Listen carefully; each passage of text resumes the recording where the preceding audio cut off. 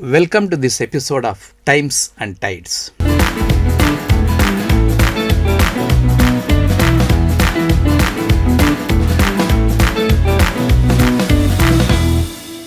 This cluster of several hundreds of what appear to be tiny houses built of stone slabs are located on the top of a hill near Hampi, the capital of Vijayanagara Empire in Karnataka. These structures have become the center of global attention among the archaeologists, historians, and the informed tourists. In fact, about 4 years ago, when I first visited these stone structures, there was a group of 8 Russian citizens visiting this place and actively involved in studying them. Owing to the significance of these edifices in understanding the living style and habitation patterns of the ancient humans who perhaps lived here about 3000 years ago, the entire hilltop is expected to be declared as a global heritage site. But what are these structures? Are they residences of ancient humans? Are they religious structures erected by the people who lived here? Are they memorials built for the most important people who lived here, just as we construct memorials for our great heroes? Historians and anthropologists across the world are trying to address this very question. They do so by decoding such structures to understand their purpose, function, and design. This episode brings you a discussion on a wide range of such constructions across the country and the world. In this episode on mega stones of the bygone times, we shall explore the purpose, the design, the structure, and various range of other issues associated with this kind of edifices built of stone several hundreds or thousands of years ago. And to now discuss with us on this, we have Dr. Sri Kumar Menon from the NIAS, National Institute of Advanced Studies. Professor Sri Kumar, welcome to this show. Thank you very much. It's an honor to be here. Very happy that you are here to now give details about all this. But before we get into the details, let me provide few details about Dr. Sri Kumar. Dr. Sri Kumar is a very interesting personality in the sense that he was an architect. He trained himself as an architect. He got a degree in architecture and also practiced architecture in Bangalore for almost 5 years. But perhaps one event of his efforts in understanding the architecture of designs of the astronomical observatories at IUCAA, that is Inter-University Center for Astrophysics and Astronomy, perhaps brought him to a different field altogether. He then did his PhD in the area of the ancient stone structures that might have helped in the astronomical observatories, and then he also now got fellowship from D.S. Achyutarao History Fellowship for studying these designs and structures of these old historical stones. He also was a Homi Baba awardee, and he has indulged himself in exploring the wide range of these structures in our Indian continent and also across the world. What is interesting about Dr. Sri Kumar Menon is that he has also written both fiction and non-fictions exactly corresponding to these issues of the stone-built structures. One of his non-fiction books is titled The Ancient Stone Riddles, and the other is also written a book on comets, the nomads of our skies. In addition to that, he has also written a collection of short stories based on the archaeological issues called The God of the Hills. Welcome you again, Dr. Sri Kumar. Thank you, sir. And thank you very much for being with us. So what we will do today is to now start asking Dr. Sri Kumar about what are these structures that we just saw in this video. Okay, they are called megaliths. Now the word megalith literally means built of large stones. It comes from 2 Greek words. One is megathos and one is lithoi. One refers to the scale of the thing, which is mega, which is very large, and one refers to the material with which it is built, it is stones. Today we know that every megalith is not mega. Sometimes it's not even lith in the sense that sometimes not even built of stone. But because the practice of calling it historically, they continue to be called megaliths. So ultimately, a megalith can be defined as a cultural practice of erecting monuments to either to honor the dead over their corporeal remains, or commemorative manner when there are no physical remains, but then they just put a structure there to honor the dead. Okay. And there are some megaliths which we do not know the purpose of, which I think we will talk in the course of our discussion. For example, these megalithic structures, the small houses that we saw through the video, What are they called? They are called dolmens. What is the meaning of a dolmen? Dolmen, the word meaning comes from, I think it's Gaelic or something like that, which some ancient language in France probably. Okay. And it refers to a table-like stone. Okay. So the interesting thing is we do have indigenous names for these structures also. Like in Karnataka, dolmens are called Dabkal Gudi. Okay. So it refers to it like, Dabkal is a capstone. So there are these vertical stone slabs which are kept like a box, and there's a heavy capstone which covers it. Okay. So Dabkal is that, and so it's like a shrine. Dabkal shrine. Something that is put on top. Yeah. I read in one of your papers that you give a list of these local names all over the country for this kind of dolmens or megalithic structures. I was surprised to find that more often they are called as Mauryara Kallu, Mauryara Mane, or the house of Mauryans, or the stone of Mauryans. Sometimes Pandavara Kallu, or the stone of Pandavas. And I think in Tamil Nadu, in some areas, they are also called as Vali Vidu. This is the place of Vali. Now, why is that it is so much linked to Pandavas and Mauryans? Actually, this is a misconception. It's a corruption of the word which was there earlier.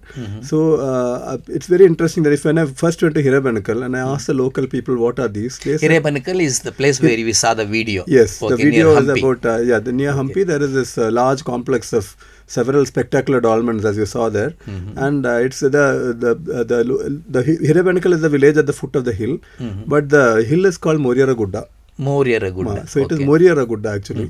So because it's, there's a lot of, there's a reason why it's called Mauryara Gudda. So according to the locals, there was a race of, extinct race of dwarves, short people called Mauryaru. Okay. So they were the Mauryaru were the Mauryaru means this dwarf people. Dwarf people. Oh, I was under the impression that it is related to the Maurya.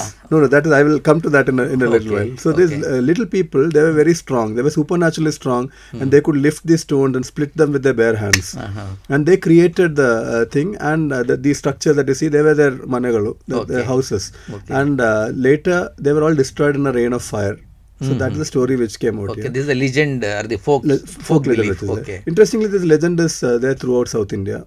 So you go to Tamil Nadu, I mean, across the border from here in Bangalore, you go to Krishnagiri, and there is a megalithic site there called Mallasandram, which looks very similar to Hirabanakal.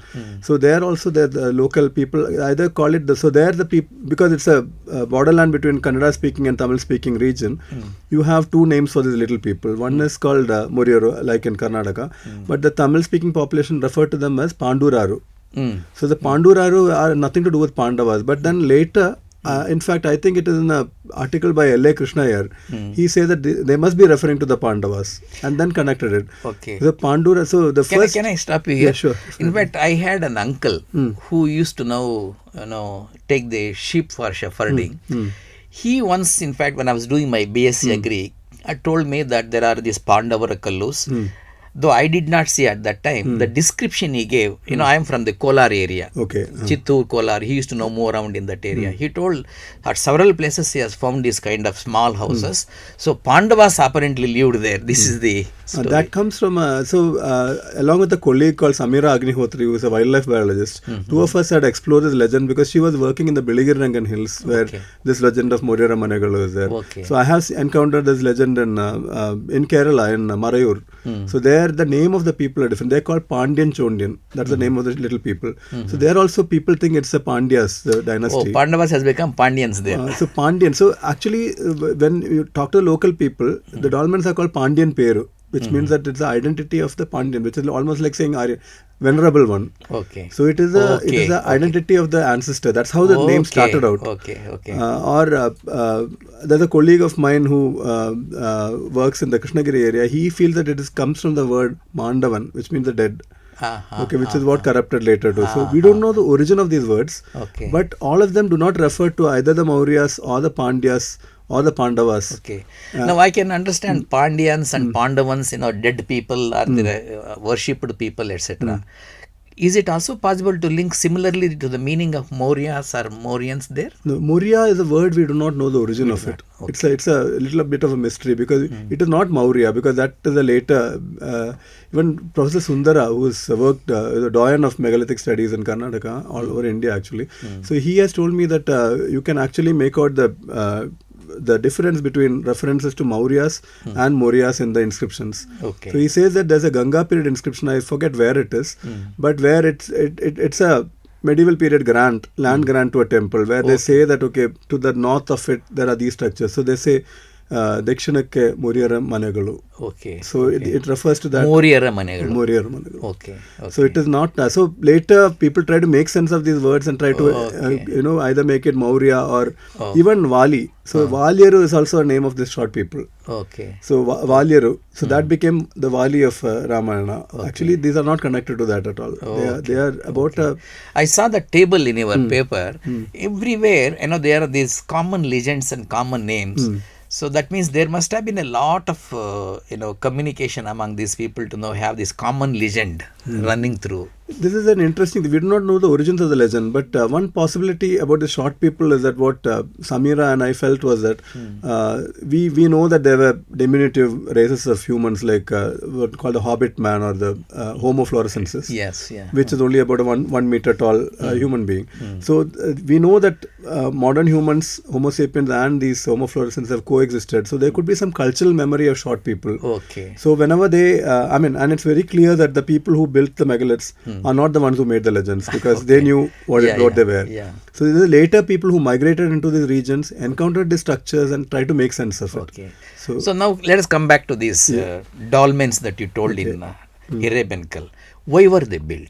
Though we have not found any actual remains of human beings in Hirabencal, but similar structures all over have been examined. So they were built either to house the relics of dead people. They're usually secondary burials, in the sense that the person is either, so you don't find extended burials like you have what is called a primary burial. A dead person is buried in an extended position, and so usually these people might have been somehow they were defleshed, in the sense that they might have been buried at some place and then the remains. In other words, in these dolmens, perhaps they were not interning the body. No, not the body, but they must have been secondary burials. They could even be cremated remains. For instance, there is another set of similar megalithic site at a place called Rajankolur in North Karnataka. So there, today we do not find anything inside the dolmens. But when Meadows Taylor examined these structures, he found that there was a layer of ashy earth with human bone fragments embedded in that. Okay. So over time these could have been leached out, and by the action of the elements and all that, and that's why we do not have anything in the. So essentially they are the places where the relics of the dead people were kept. Okay. Or erected in memory of them, even memory when of them. there were no. So in some sense these are the memorial structures after the people who are dead. Yes. Let me get back to this. When I went through this Hirabencal, when I was looking around, there are varied sizes, some small, some huge.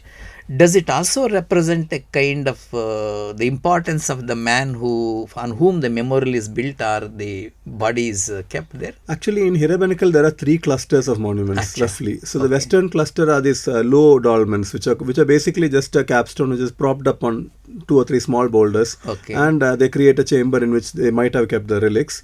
And the central cluster and the eastern cluster are the tall slab dolmens, the one you saw in the video. So we do not know whether the western. There have not been any systematic excavations which have been done at Hirabencal. There have been a couple of test excavations and test pits have been sunk, but I don't think there has been any. But in other words, also, for instance, Mallasandra, you say near Krishnagiri, you have studied there also, and there also the similar kind of dolmens are there and of different sizes. So eventually, now that we find the differences in the size, what does that represent? It could be. All the sites do not represent one single period. It could actually be developed over centuries. So it could be that some of these are early structures when stoneworking skills were not so advanced, and as they develop, you tend to make bigger structures. Or it could represent, like you said, disparity between the social status of the people being commemorated. I see. But one of the things is that many of these structures are not just housing the relics of one person alone. It could be a set of people. So it could be like you see in the northeast of India, there could be clan ossuaries where a clan puts all the dead people are all interred in the same structure. Dolmen. Yeah. I see. So all this will emerge only after a systematic archaeological study of several such sites have been carried out. So in this dolmen, whether it is used frequently or only once, I also saw a small hole there. You call it as porthole. Why is that porthole? That is an interesting question. It is probably because even when you enter somebody, usually you honor that person or the memory of that person periodically, maybe once a year or something like that. So usually when you find burial, if there are the dolmens have been subject to vandalism, they've been subjected to all kinds of things. So you do not find any remains in them. But the cyst burials, many times when you excavate the cysts are dolmen-like structures which are sunk into the ground, and they usually contain the urns and other pottery containing both the bones of the dead people as well as votive offerings which have been given. So they are sunk into the soil. Cysts are sunk into the soil. Cysts are burials actually into the soil. Can I assume then that the dolmens are, in other words, the same cysts brought above the soil? Absolutely. Absolutely. It seems to increase in size as they come up. So usually you have this things which either stand on bedrock so that you cannot excavate into the ground. They are the dolmens. And there's some of the, the Western group, you find some low dolmens which are basically, they're called dolmenoid cysts because the dolmens which are partially sunk into the ground. And we will come to the details. Now coming back to the porthole. So the porthole, what you are telling is a entry or a gate hole through which they were introducing votive offerings probably to the dead people. Yeah, because some studies have shown that when intact dolmens, when they have more or less intact dolmens, so they found that the grave goods which have been in are all clustered near the porthole. Which means that they must have, because you cannot open up the whole thing. That is very interesting because even now in my village, for that matter, all over the country perhaps, every year there is what is called as Pitru Paksha done. During Pitru Paksha, we go to the cemetery where the body is buried of our elders. We now worship him, pay the food, pay respects and offer food and milk and all that. That was supposed to be very, liked by that person. So the same culture seemed to be now still there with us. And porthole was an entry point to feed into the mouth of the dead people. Quite possible. Okay. Now coming back to, so number one, we now know that there are differences in size. The size could refer either the age of construction or the hierarchy in the society. But then I also find that these dolmens, as you rightly told, when they are sunk into the soil, they are called cysts. I also see in your book on the stone riddles, ancient stone riddles, you also mention about some other designs, large circles of stones kept, and in the middle some cyst, and you also mention about some capstone on some few. So what is the kind of diversity of these megaliths we find in India? There are usually what's happening below the ground and what's happening above the ground, the surface markers. So below the ground you could have just a pit dug up and the remains put in. It's called a pit burial. So normally when you bury something, you'd like to mark the spot so you can find it. So sometimes they put a capstone over the pit burial and then they circulate with a circle of boulders called a boulder circle. So above the ground. Why is that circle? That circle is to mark the ground probably. It's showing that, so it need not be at the center. Sometimes it's not even at the center. So below the ground it could be a pit, it could be a stone-lined cyst, or it could be a sarcophagus burial, which is an urn-like thing with legs and all that which have been constructed, and that bones are kept within it. So that happened. Below the ground you have these traditions which were there even before the megalithic tradition came into place. I see. Even the Neolithic and all that. And then over the ground, the surface markers are a variety. So you have the stone circles, you could have a single stone called a menhir, or you could have dolmens. In other words, these menhirs or stone circles or stone slabs or any such visible thing are a kind of identification for the people who erected them for their elders. Perhaps so that when they are now wanting to now visit back, they can identify that. Especially because they were living in the forest areas. Megalithic means, I guess, the forest area was very thick and abundant, and the people were, am I correct? So they were kind of identification marks. The megalithic in India comes during the megalithic tradition in India happens, southern India happens during the Iron Age. which comes subsequent to the Neolithic. So you have the Stone Age, in which the early Stone Age is called the Paleolithic, and the middle Stone Age is called the Mesolithic, and then the late Stone Age is the Neolithic, where human beings discover agriculture. They start pastoralism, domesticating cattle. Can we now put the years to them? For example, you told the three ages. What is the first one you told about? Okay, Paleolithic. So let us look at let us look at Neolithic onwards, because Neolithic would be around, because Paleolithic does not have a direct impact on what we are talking about. So Neolithic period is when agriculture started, and that's why when people started having settlements, because now we are growing the crops. You're not hunter gatherers anymore. You don't have to move around. You can grow crops, and you also domesticated cattle. So settlements are possible. So you find the first settlements coming up during the Neolithic. So what is that period? That period will be around 3000 BCE to maybe let's say 1500 BCE. These are very rough dates. So from the present day, 5000 years BP. Yes. From the before present. Yeah, that's when the Neolithic starts. Okay. And the megalithic comes after that. So the the origins of megalithism is not very well known. I personally feel that maybe during the Neolithic itself, the beginnings of megalithism was there. But generally it is during the Iron Age, which is 1500 BCE to maybe 500 BCE, is where the Iron Age happens in southern India. And that is when you find the megalithic tradition becomes very dominant all over the thing. And the megalithic tradition also persists into the early historic period.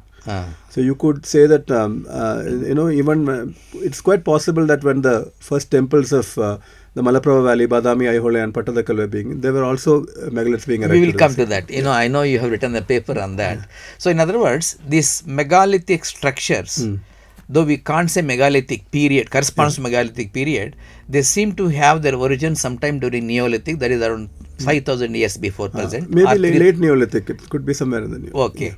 And more abundantly during 1500 BC. It became very popular during the Iron Age. 1500 BC. Yes. So when you say more popular, popular across the country? Across the subcontinent. If you look at the map of Robert Brubaker has plotted a map of all the known megalithic sites up to 1994, and you can see that southern India is very densely dotted with them. I saw that map. Yes. And that brought me to a question. Why is that these megaliths are so abundant in South India? If you look at the map, more abundant in South India, and they are almost absent in the Gangetic belt or in the North India. There are some dots in Kashmir, of course, few more in the Northeast. Why is that this non-random distribution? We do not really know. If you look at the origins of, if you look at the forms of megaliths, there are many structures in Harappan civilization which look very similar to megaliths. Like there are equivalent of cyst burials are there. There are mounds tumuli which look like, you can say that they look like stupas, because Professor Bisht, Ravindra Bisht, who has excavated Dholavira in Kutch, so he has published a paper on all the tomb types which are there in Dholavira, and so some of them they look very much like the spoked stupas, the spokes of a wheel, and that creating a stupa like structure there. I'm not implying any direct connection between these, but these show how people, when confronted with the construction problem, how they solve it. That remains same whether they are in the Harappan context or in the Iron Age context in southern India. So that may be true, but if you now look at that map that you are referring to, it is very, very convincing to see that there are concentration of the dots. That is, there is a concentration of these dolmens or cysts or etc. in South India compared to northern India. There are only few pockets in Vidarbha and maybe Jharkhand and Kashmir. In Northeast, Kashmir there are some, but you also find them in Meghalaya. Yes. So why there is a blanket absence of these in let us say Gangetic plain? Because one of the things is that we do not see, there are many traditions of disposing the dead even today in India. For instance, my community, there would not be any physical trace of any ancestor left, because you cremate the person, and the bones are and you kind of immerse it in some flowing water, either the sea or the river or something like that. There's no trace left of the person. So it could also point to different traditions existing in that time. Possible, but I had a different view on that. Correct me if I am wrong. When I looked at the distribution, I found that they are absent in the Indo-Gangetic plain. Obviously, in Indo-Gangetic plain, you have difficulty of finding the stones, right? So you can't construct this kind of huge dolmens in the Gangetic plain. Whereas in, let us say, Vindhya range or in South India, where you have this Western Ghat extending into Eastern Ghats, along the Eastern Ghat you have small hilly ranges.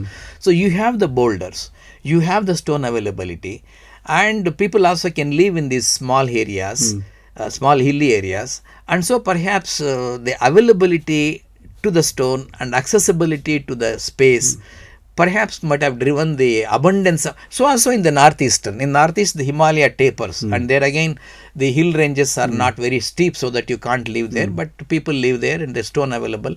Could that be also one of the reasons? I agree with you. The way we now dispose of the bodies, for example today in Ganga, they dispose of into Ganga, and you don't have any trace left. You don't have any trace left. Also, you don't have perhaps accessibility to stone. Could this both be the reason why it is? It's an interesting thought. I have not looked at it in that detail, but what I feel is that even in places, people who had the megalithic tradition, even in places where stone was not available, Kerala for instance, so they're mostly lateritic soil. There are certain places like Munnar and certain other places where you have hard rock, igneous rock like granite or charnockite or something like that. There they have people, you find the mainstream megalithic tradition thriving. But in the areas which are rich in laterite, laterite is a soft porous stone, a degraded stone. So you cannot make thin slabs like you do in with granite. So you have very interesting endemic forms like Kodakal. I've seen that. It's like an umbrella. Mushroom, mushroom shaped thing which is like an umbrella stone. Okay. So you have so in the dolmens you have this erect slabs called the orthostats. Okay. They become clinostats, which are inclined. In this thing. So you have this thick wedge shaped things which come across like a stalk, and there's this large capstone hemispherical one which is balanced on it. Yeah. So you have that is only found in Kerala. Or you have the chamber burials which are like this cave cut into the laterite soil to create chambers in which you put the remains because of the dead. laterite is easy to now carve, which again supports my argument that depending on the availability of the material and ease of doing it, like in laterite soil it is easy to carve, so carve and put inside. And in the deep Western Ghats, maybe it is difficult to now also move stones, steep slopes, so maybe you will not have, I mean that's my proposal. I'm not sure. When there are places like Vidarbha where you don't have very large, it's usually you find boulder circles in Vidarbha, very few dolmens and menhirs, but largely boulder circles, which sometimes when there are no slabs to create cysts, they made it with rubble. Precisely. So that is so if you could, you cannot say that the entire Gangetic belt did not have stone. It's a possibility, but I felt that mostly less accessible or less available compared to let us say the Vidarbha or Vindhya range or South India. I mean, just a proposal, possibilities. But I also agree that there are different cultures of disposing of the bodies, and accordingly also you find. Now coming back to the burial practices, so we now discussed about dolmens, which is nothing but a house-like slabs kept one by the side of the other, and a capstone on top of it. I also found that these stone slabs that are erected are kept as if in a swastik shape. Is that true even with below the ground and above the ground? Yes, that there are different ways of doing it, but this is the most popular one because it thing is when you're erecting, you're creating a chamber. So if you just keep the stones touching each other, it can collapse inwards or outwards. Okay. So here the swastik shape is basically you take a stone and put it, the other one you put it a little bit inside, and the next one you keep it this way, so that it's a kind of an interlocking pattern. Inward collapse is prevented. It cannot collapse, and then they keep rubble walls outside to prevent outward collapse. So that's how they ensure the stability. That clarifies. I was under the impression swastik design is there from the ancient times, and they are traditionally now following this. So it's more of a utilitarian. That is interesting. And the same shape even in the below the ground systems. But there are also dolmens which do not have that. For instance, if you look at Aihole in the Meguti hill, so there they have just kept two parallel slabs and two slabs within, and you can find that many of them are collapsed inwards. And Kodaikal is not certainly not that. Certainly that. They're just touching each other. So let us now come to this. So we have the stone slabs kept as dolmens, small houses. We have the same thing going as cyst under the ground. and we have circles around those cysts, okay, where perhaps it is difficult to find big slabs, and everywhere you have a capstone on the top of this burial place, and you also have menhirs. Now these menhirs, you say, are also kept on the burial place as an indicator, or okay. What are the shapes of these menhirs? What is the design of these menhirs? Menhirs are the simplest megaliths because they're made of one single piece of stone. Menhirs can be just a field boulder rolled down from the hills and kept in. Like you go to places like Vibhuti in North Karnataka. The stone element consists of many menhirs. Okay. So each individual menhir is only a unmodified stone which has been taken from just kept a stone. Just kept as a The reason I asked about the shape is, I read Obelix and Asterix. Okay. In Obelix and Asterix, Obelix is an expert in now carving the menhirs and bringing. So there the menhir shape is like almost a, like a ovate pointed structure. So I thought if there is a particular shape of that kind. I have seen one menhir of that sort in Nilaskal. It's fallen now. Okay. But in general, menhirs are usually either just boulders or slabs. They just take one slab which has been cut out of quarried out and erect it up like that. Okay. I also saw in one of your diagrams in the book that you have written that there are also, human-like forms sometimes also kept as menhirs. Where do we find that? You find there are many anthropomorphic figures which are at different places. You have one in Hirabenakal, which is fallen now, and it was part of a dolmen. So it's probably like trying to carve the shape of a human. Of a human. So resembling that, a human with arms stretched out like that. Okay. Interestingly, there is a rock art site at a place called Aneka, which is very close to Hirabenakal, and it is supposed that much of the rock art there was created during the period of creation of these megaliths in Hirabenakal and in later periods. Okay. So there is a large anthropomorphic figure painted there, which also looks with a person with the arms outwards like that. Okay. And if you go to the museum at Aihole, they brought down one of the anthropomorphic figures from Meguti Hill and they were erected in the museum. And there is one in Motur in Tamil Nadu. So there are several places scattered around but that seems to be in one way, you could think of a menhir as commemorating a person. It's a root stone, it's not carved in any way or whatever. And at later periods, it could have taken the form of an anthropomorphic figure, and in much later periods, in the medieval periods, when from the 5th century onwards, you have hero stones, which could be a version of this. Okay. Now, if these menhirs are to be taken as a kind of emergence of the process of the burying practice, where menhirs or any particular shape is kept as an identification to locate where we have buried the body, am I correct in thinking that the headstone that we now have in the present day burial practices, where the name is etched, is a relic of perhaps the practice of this menhir? Yes, it's definitely the same philosophy at work. Okay. Now, whether it evolved from that and came directly, I do not know, but that it's the same principle at work. Okay. Because maybe there are even practices in certain communities where they make small replicas of the person, like in foil or something like that, and that's carried on in the family tradition and things like that. So definitely the headstone is a. It's just that with the emergence of the script, we are also now trying to put instead of the image the name of the person. Yes. So I thought maybe menhir has now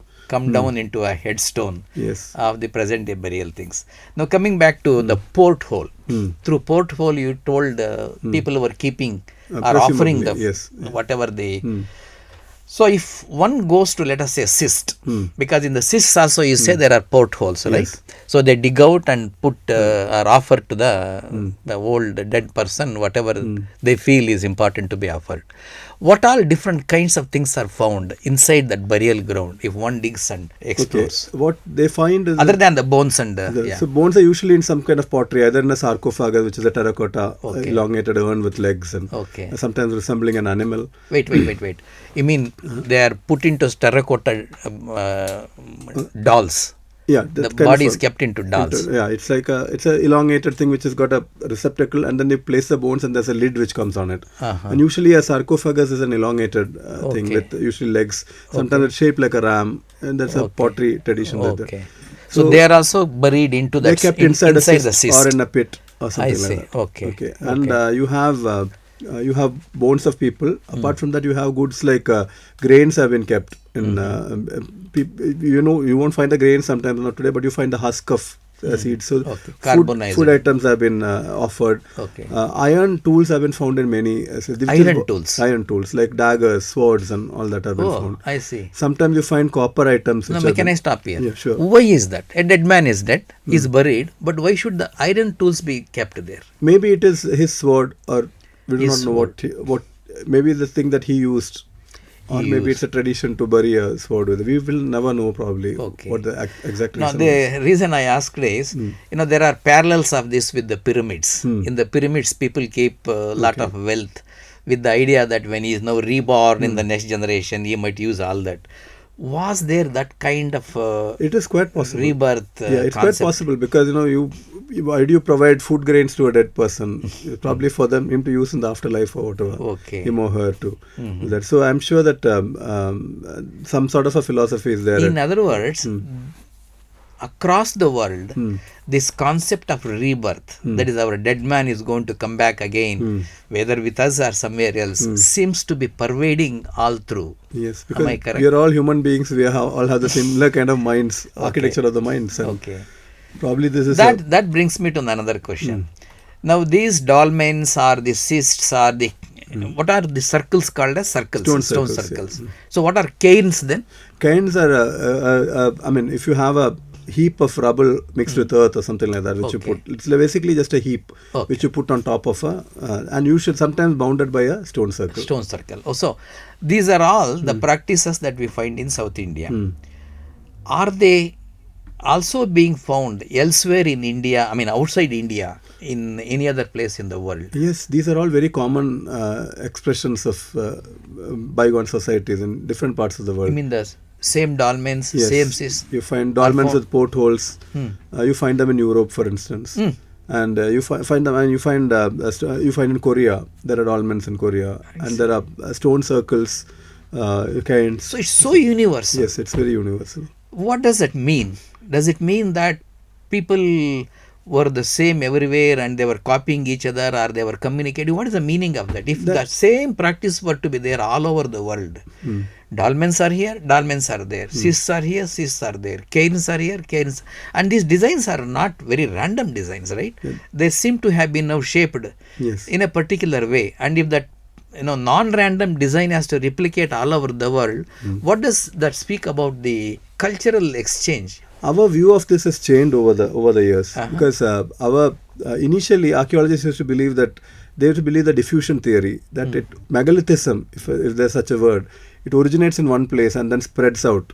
Like when people travel and carry these ideas with them. That is the immediate thing one gets. That's what thing. But today, archaeologists believe that diffusion theory is no longer true. They feel that human beings are the same everywhere. Our minds are the same. So, given a thing to mark, our minds produce the same thing, independent of each other. Is that so? That is what they believe. Well, not that I don't believe. I'll tell you why. I give a course on agroecology in Germany, and through that I have now learned one thing, that agriculture evolved independently in some 6 to 9 different places within a span of about 3,000 years. And when I first read this, I was surprised. But then the arguments given seemed to convince me that yes, human mind is same everywhere. It almost thinks the same way. And when you want to now cultivate, you have to till the land, you have to now produce a weapon. So that this kind of argument is emerging, and agriculture is thought to be such a complex process, complicated practice, seem to have evolved independently. And so these are also... It could happen. It speaks more about the architecture of the human mind than about these things alone. About the stone structures alone. So I think maybe the truth is somewhere in there. Must have been some place. You used the word architectural. Your architectural mind is now perhaps thinking behind all this. So the architectural design is perhaps a common output of our human mind to construct. That's what you are telling. Yeah, with the kind of materials which are available, which is basically stone. Okay. Now coming back to again the distribution. We now have seen this map of India. It is concentrated in South India and Northeast India and partly Kashmir. If you now take the whole globe, is there some similar concentration of these megalithic structures in the world? I'm not sure. I've not looked at it that way. But there are certain, for instance, in China, you do not find many megaliths. So there You are don't places, find. yeah, you don't find megaliths. So there are places which are not there, but in a large part of the old world, you find expressions which are very similar to megaliths. Do we not find them in America? Yes, some of the Native American structures do look similar. I'm not an expert in this. I've not been exposed much, but what I have seen on some social media posts by people from there, similar structures seem to have been there also. Now, coming back to the offerings that we give it to these old people, have they been used to now reconstruct what is the kind of food that they were eating? Now, you told implements are there. These iron implements are there. Those implements are perhaps associated with the hunting or with agriculture. Because it varies. Sometimes you find tools put into the place. Sometimes you find swords and daggers and weapons. Okay, they are more of a protection. Yeah. Now, the reason I asked about that is I was wondering if there are elements associated with the settled agriculture which might represent or speak about the kind of food that they were growing. Because we know some of the kind of grains that we know that they had millets and millets, things like that, paddy. All that was from whatever remains have been found in that place. So I'm not an expert in this area, but I know that the people are aware about what sort of grains were in. But we do not know what kind of processed food they had from those. I don't think. I was surprised about another thing. I'm sure you know about this work by Kathleen Morrison. Yeah. I read a paper by her where she says she has collected the data from South India on these burial grains, the carbonized thing. They have radiocarbon, and they have identified based on the cross sections of that carbonized material.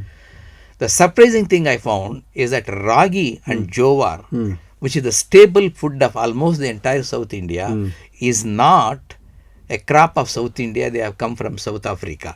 Ragi, for example, has come from Uganda, so also jowar. Now, if the crops have moved from there, no wonder if these cultures also perhaps have moved from there. It's quite possible. I'm not denying. So my feeling is that diffusionism cannot be completely. It would work in parts maybe. So it's a mix of the two things probably which has led to it. In other words, regarding the similarity of the structures, it could be both independent discovery and also mobility. It's coming back to these grains. So they were settled agriculturists. They were cultivating millets, whether it has come from South Africa or otherwise. I also found that they were having the Vigna angulata, that is this cowpea and all that. The cowpea is again a cultivated crop that substantiates again the millets and all that. That substantiates the point you told that they perhaps were settled. Yes. So megaliths have started after the settled agriculture. Were they not following this earlier, before, when they were mobile or nomadic, before the settled agriculture? During the Neolithic, early part of the Neolithic and large part of the Neolithic rather, you would find that people were being buried in the very settlements that they lived in, sometimes in the same structures they lived in. So you might have a person buried in the under the house that people live in, but not with this kind of stone structures. No, not. It will be just below that thing. And the emergence of a separate graveyard comes roughly with the Iron Age. Okay, that is where we do not know whether it's a thing of isolating the dead or making sure that they don't come back, or we don't know what the thought process were. It's very tempting to speculate, but then it will remain speculation. But then the emergence of a separate graveyard where they are put below the ground, and there are this huge array of surface markers of stone which came up. That happens. In other words, the habitation and the cemetery got separated. Yes. At that time when the iron implements were roughly around that time. Could it be that they could now work through the stone with the iron? That's very interesting, because normally when you look at the medieval period, iron has been used to, steel wedges rather, are used to separate stone by making wedge holes, putting the wedges and hammering them till the stone splits. But you will not find any megalith which has got wedge marks on them. Because even in the Iron Age when we were using it, they used fire setting to separate the stones.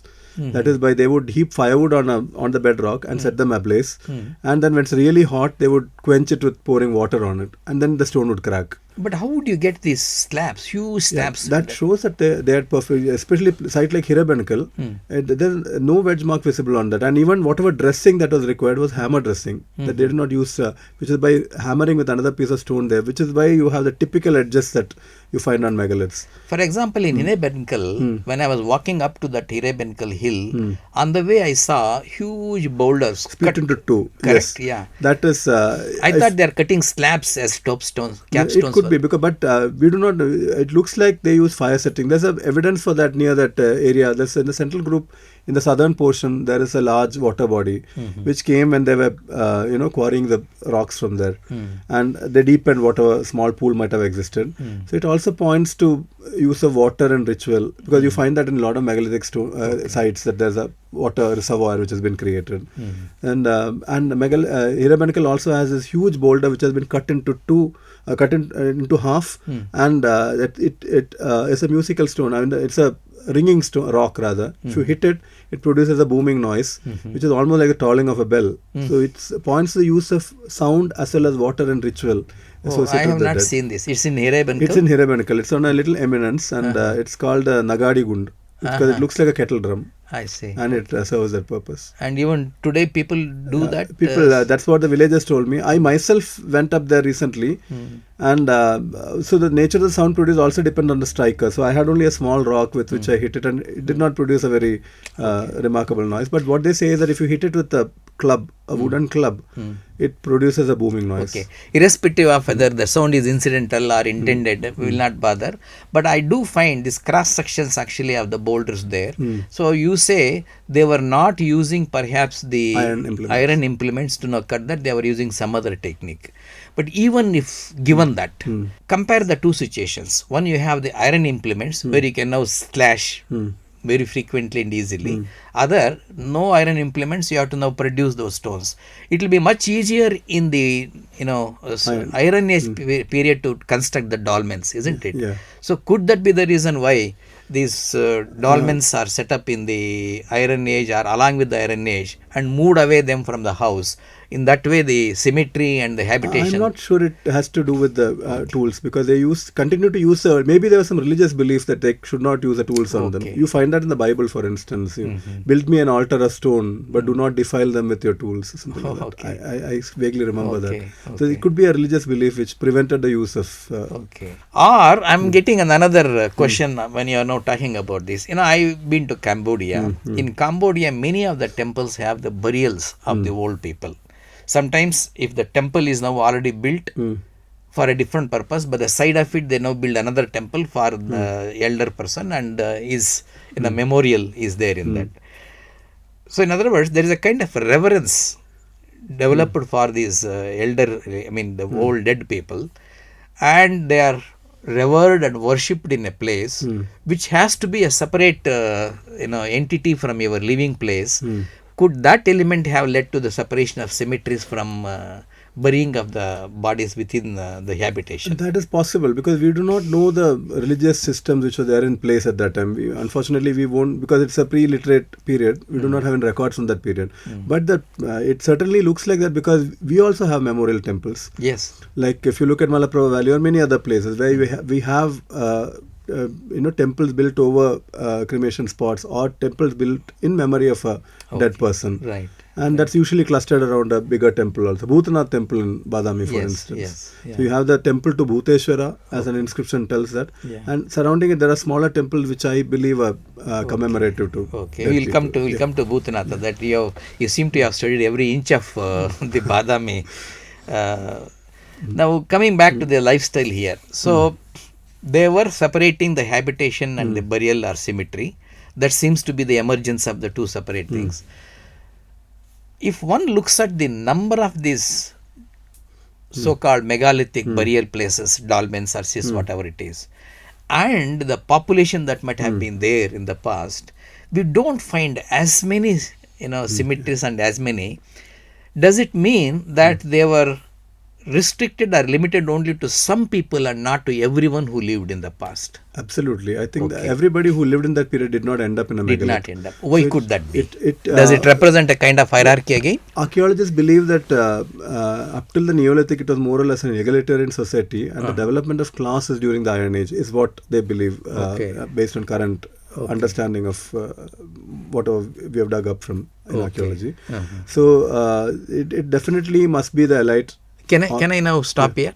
How do you, or why do you say that it was egalitarian before that? What are the grounds on Because you do not find this kind of structure, special places reserved for people or something like that. Okay, So you know that only certain people, either they could be the elite or they could be the religious leaders or whatever it is. Okay. You find only certain people. The same thing happens in later tradition, which we will discuss, I think, in a later time, when we have the royal family and other elite having memorial temples, and everyone doesn't have it. Yes. So there was a kind of, in other words, hierarchical society at that time. Yeah. And they were cultivators. There is a hierarchy in that society. Only some were given this respect and the rest were the working class. Are there any other elements that one can derive from We also do not know if there were people following totally different. Even the time when people are practicing megalithism, the whole population need not do that. the uniform? Yeah. So like we have today people who bury, people who build, and we have people who cremate and do not leave a trace. So that also could be part of it. Only after maybe picking up few promising sites and doing a thorough excavation of this area, and only then we can come to the conclusion of how people. The reason I ask this question is I read this paper by Bauber and his team, where they now start developing a relation between the size of the settlement and the number of these dolmens or structures. So their expectation is if everyone was given a burial, the number of these burial structures should now increase linearly with the habitation site. That doesn't happen. It now had plateaus off after some time. That means very few of the larger sites were given this burial. Whereas when the site was very small and the habitation was very small, more of them were given. So that shows that as a society becomes larger and larger, as the habitation becomes larger and larger, there are some who are more respected or valued or respected or given high, whatever the merit than the others. That shows that there is a hierarchy. That's what they conclude about. And also a site like Hirabenakal, we can ask the question, why is it so extensive? There are upwards of 200 large dolmens. Yes. And maybe like Andrew Bauer has surveyed it, he says that if you take all kinds of megaliths which are there, it's almost 1,000 megaliths which are there. In Hirabenakal? Almost 1,000. Oh, I see. Includes all the small dolmens and other the low dolmens and all the things put together. That means there is a concentration of the burials there. Okay. So why is this site so extensive? So people have looked in the larger region around it. So it's like, for example, just a few kilometers away, there's Chikkabenakal, where there are dolmenoid cysts probably, which are maybe around 17 or 18 in number.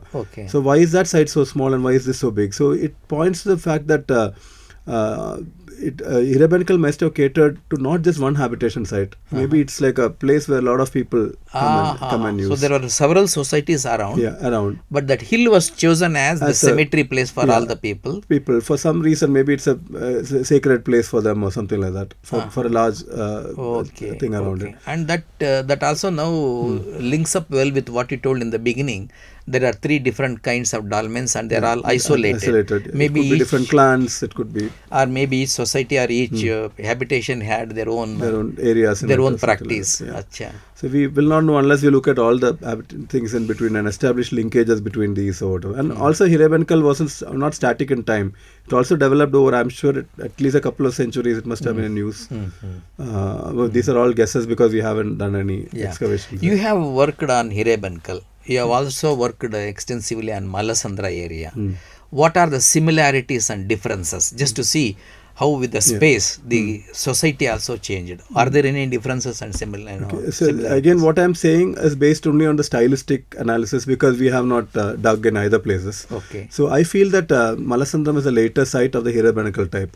once again you have it is later site because there are certain factors pointing out to it. One is the dolmens in Hirabenakal. There are these box-like structures with a porthole, and there are few attempts at creating slab circles around them, but not too many. Whereas in Mallasandram, there's a large number of dolmens which have got the slab circles around them. The tall slabs with a curved top, alternating with flat-topped ones, almost looking like a flower. And there are a couple of rings around it, and so I feel that it's a more developed thing. Another thing is, if you look at the orientation of individual megaliths, which way the porthole is facing. In Hirabenakal, you have north facing ones, south facing ones, east and west largely, but they're all over the compass actually. Whereas in Mallasandram, all of them point to cardinal east. So there is some kind of a development along those lines. So both in architectural form as well as the orientational practices, they seem to be a later tradition. And also Mallasandram is totally, that entire hillside is full of these tall dolmens only. Whereas a site nearby called Etrapalli has got a site with only these low dolmens or whatever. So what happened in Hirabenakal in the same site is relegated to different hillocks in Mallasandram. You were mentioning about Benakal, and I also see that you have written somewhere that in Benakal there are some paintings, and I saw in Hirabenakal also there are some paintings. Some of these paintings and megalithic culture seem to go together, and you did mention that there is a human form in Benakal. Now, what does that represent about the society, their culture, arts and all that? So this tradition of paintings, whether it's painting or other kind of depiction like bruisings, which are done, petroglyphs as they're called, so rock art in general. So art is a tradition that comes right from Paleolithic and continues up to early historic and later periods. In other words, painting is perhaps much prior to even megalithic culture. Yes, there are paintings. Even so the Mesolithic you have. If you look at it, you can look at it as the painting of the hunter-gatherers, the painting of the settled people during the Neolithic, and then you have painting as something. So even though they are pre-literate societies, we get some clues to the lifestyle and all that from these paintings and how they lived. So especially there is one painting at the site called Aneka, which I mentioned before, which is near Anegundi, on the same side of Tungabhadra as Hirabenakal is, which is a very wonderful site. It's an amphitheater of rocks in which there are at least 4 or 5 places you have paintings there. So one of the paintings is has a vertical wall, rock face on which they've depicted all scenes of everyday objects, and on the horizontal overhang, there's a very enigmatic painting. It seems to show a circle, and there's I feel that in this painting, especially the megalithic humans are speaking to us, because they tell us it's a circle, so it shows a boulder circle, and it's a megalith, and below that they show a dead person who's been buried with grave goods, and that's half the thing. And there's a bridge-like thing which is going over across the circle, and on the other side there's some depiction which looks like that of water.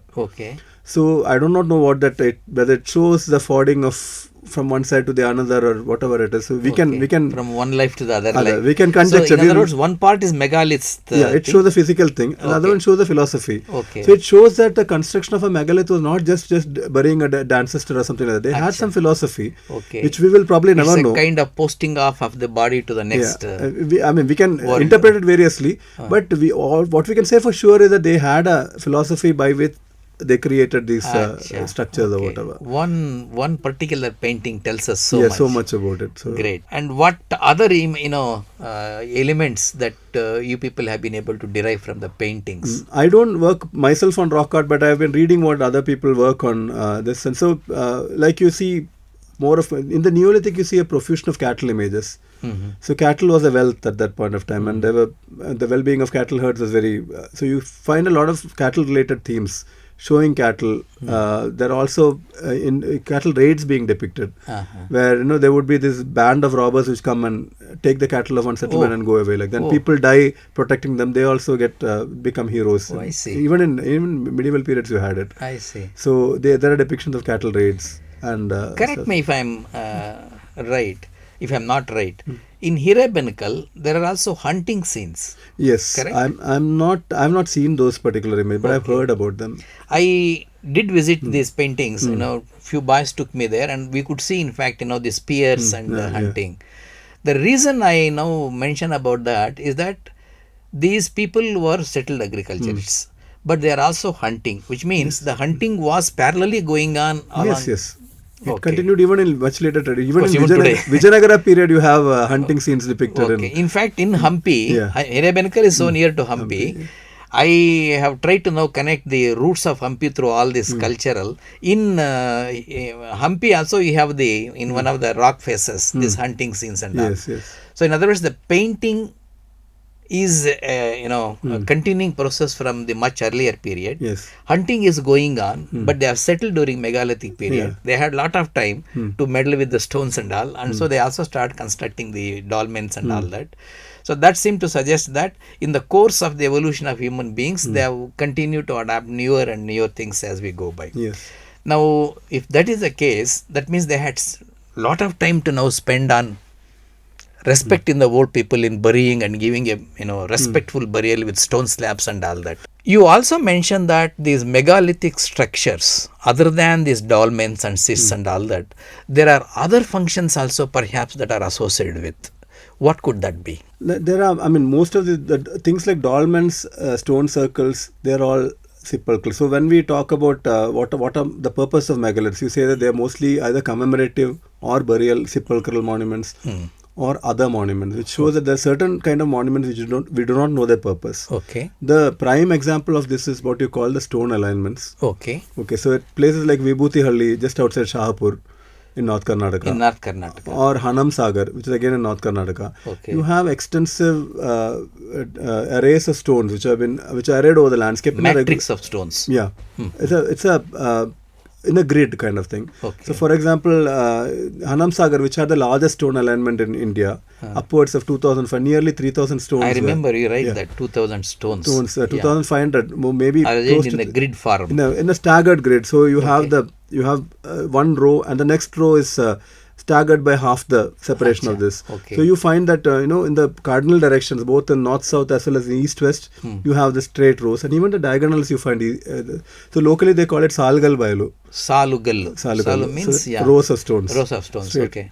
So unfortunately, it has been destroyed. Hanam Sagar has been completely destroyed today. Okay. We do not. So there has been a persistent hypothesis that maybe this was built to track the movements of heavenly bodies. Okay, like mainly the solar cycle to keep track of. I do not know how true that is, because unfortunately it did not last long enough for us to study it properly. Okay. And but I have looked at sites like Nilaskal and Baisai, where you definitely have associations with the longest and shortest days of the year. 1 minute. So in other words, you say that in addition to the burial function, they were setting the megalithic cultures, edifices or structures, perhaps are also meant to now track the solar movement or I do not sun's know movement. the track, because earlier even I have been guilty of this thing of calling them observatories. But the truth is that if you want to really observe this thing, you do not need huge stone structures to track the movement. So you could manage quite well with wooden poles, for instance. True, but they are ephemeral. They might now get destroyed. They might but be if you rotten. want to check it out, but this is more like making a statement. So what I believe, because it has for long disturbed me that the site like Nilaskal and Baisai, where I have found astronomical correlations, are also almost Baisai is almost certainly. Before being self-critical of your work, let us first of all come to Baisai or Nilaskal. Now, can you explain what is actually the structure that you found there, or structures or arrangement you found there? Okay. So Nilaskal, because I am a Kannadiga, seem to suggest that standing stones. Standing, correct? Yeah. Okay. Erect stones. Okay. So Nilaskal is a very Nilasiddhakal. How many are there? There in Nilaskal, the site called Nilaskal, I have found upwards of 100 stones, remnants of 100 stones. All erected. All erected. They are different sizes. Some of whereas them. Whereas in Hanam Sagar you find 2,500. But Hanam Sagar is a low precision alignment. Whereas Nilaskal, I would say, is a very because Hanam Sagar used field boulders. They did not use any shaping of them. Okay. Whereas in Nilaskal you find mostly quarried slabs or stones of natural elongated cross section, which have been erected in a very precise pattern. For instance, the biggest menhir in Nilaskal is about 6 meters tall and 3 meters wide at the base. And it has been aligned very precisely north-south. If you look at the orientation of all the individual menhirs in Nilaskal. So much of effort. 6 feet tall, 3 feet or 3 feet at the base, such stones have been carved elsewhere and brought and erected Yes. in a particular pattern, north-south orienting. And so obviously there is yes, reason for what we can say for sure, I'm being very careful here. What we can say for sure is that whoever erected it was very particular about the directions. That much we can say for sure. Okay. And what we can also say is that because Nilaskal the stones have been erected on a gentle slope which goes up towards the west. So when you look at the sunset, you can see it very clearly. If you have a perfectly horizontal site like you have in Baise, when the sun is setting, usually near the horizon you have haze, so you will not find it very spectacular when that happens. But in Nilaskal, because the horizon has been raised, because they've chosen a site which slopes up, it shows that you can see the sun very beautifully. Yeah, okay. and you, for instance, you get very good sunset photographs in Nilaskal. So I again there is a kind of a evolution of these sites. Probably Baise is an earlier site, and as stoneworking skills as well as these kind of skills improved, Nilaskal came about. They are very close by. In the same region, there are about 5 sites of the similar nature. I see. Okay. Okay. So, but what increasingly archaeoastronomers, the people who deal with architecture and astronomy together, have come away from the thing saying that this is a thing used as an observatory. It more or less tells that there was probably some sort of a religious or social belief in this in the cycle of the sun. For instance, there is a belief that good people go to the Suryaloka after death. So maybe these are some magical alignments which is why burials are connected with the Can I stop here?